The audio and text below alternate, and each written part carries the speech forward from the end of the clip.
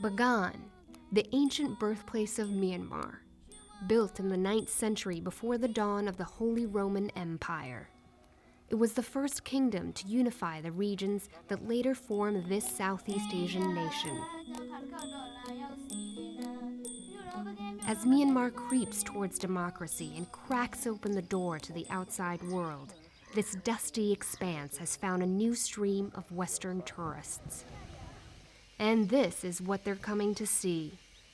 Thousands of temples with their spires reaching for the clouds. Ox carts stirring up dust next to ornate pagodas.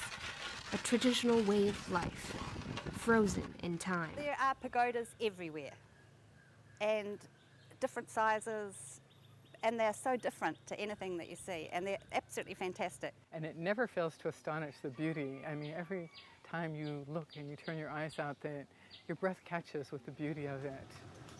After 60 years of military rule, this country is opening up to the West. Since political reforms took hold 2 years ago, the number of tourists has doubled. It's expected to continue at that pace in the coming years. But there is a question that hangs over these temples. Can they withstand all the wear and tear? For example, to climb the temple and to watch and to touch it, and it will be damages for our stucco and mural painting, and also when we have to climb on the top of the pagoda, will be damaged for the staircases. Ong Myo Tan has been a tour guide for more than a decade. His life has substantially improved since more tourists have come to Bagan. But he worries about the impact too many tourists could have on his livelihood and the way of life here. Take care for our heritage, and we need to take care for our culture, and we need to take care for our land. It's not just tourism that threatens these national treasures.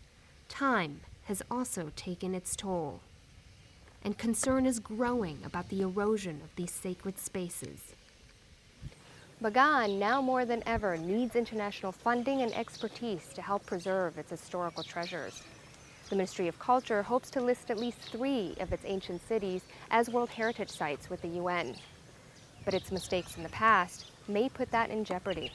In the 1990s, mismanagement and a flawed legal framework meant golf courses and resorts were built alongside pagodas. Powerful military generals reconstructed entire temples in their name out of religious obligation.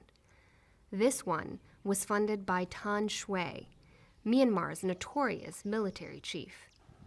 Restorations of existing temples were misguided and haphazard. It wasn't done in a very expert way, so it was done in a very sloppy way over the last 20 years. Lots of details, many of the murals inside the temples were destroyed or damaged because of a very hasty or, again, sort of amateurish process of renovation or restoration. Tant Min Yu is a renowned historian and author, and now an advisor to the current government. I think at a time when we want so much to change in Myanmar, I think we also have to think about what we need to protect, the environment, but also some of these archaeological and architectural treasures as well. Officials claim restoration efforts are now following UN guidelines for authenticity.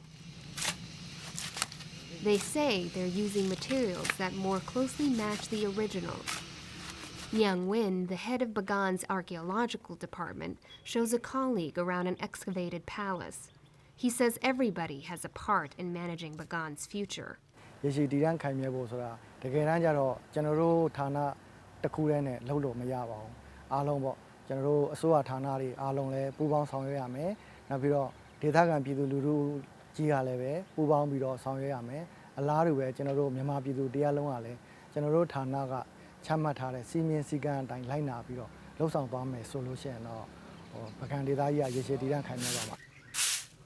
Bagan won't know if some of its cities will be approved by the UN as World Heritage Sites until next year. If it does get that recognition, there will be more tourist traffic, further damage to the site, and a greater threat to local traditions. But it will also mean investment in the much-needed preservation of these shrines. For now, in this place where time is measured in centuries, it's hard to see any of these big changes on the horizon. For Global Post, I'm Pailin Waddell in Bagan, Myanmar.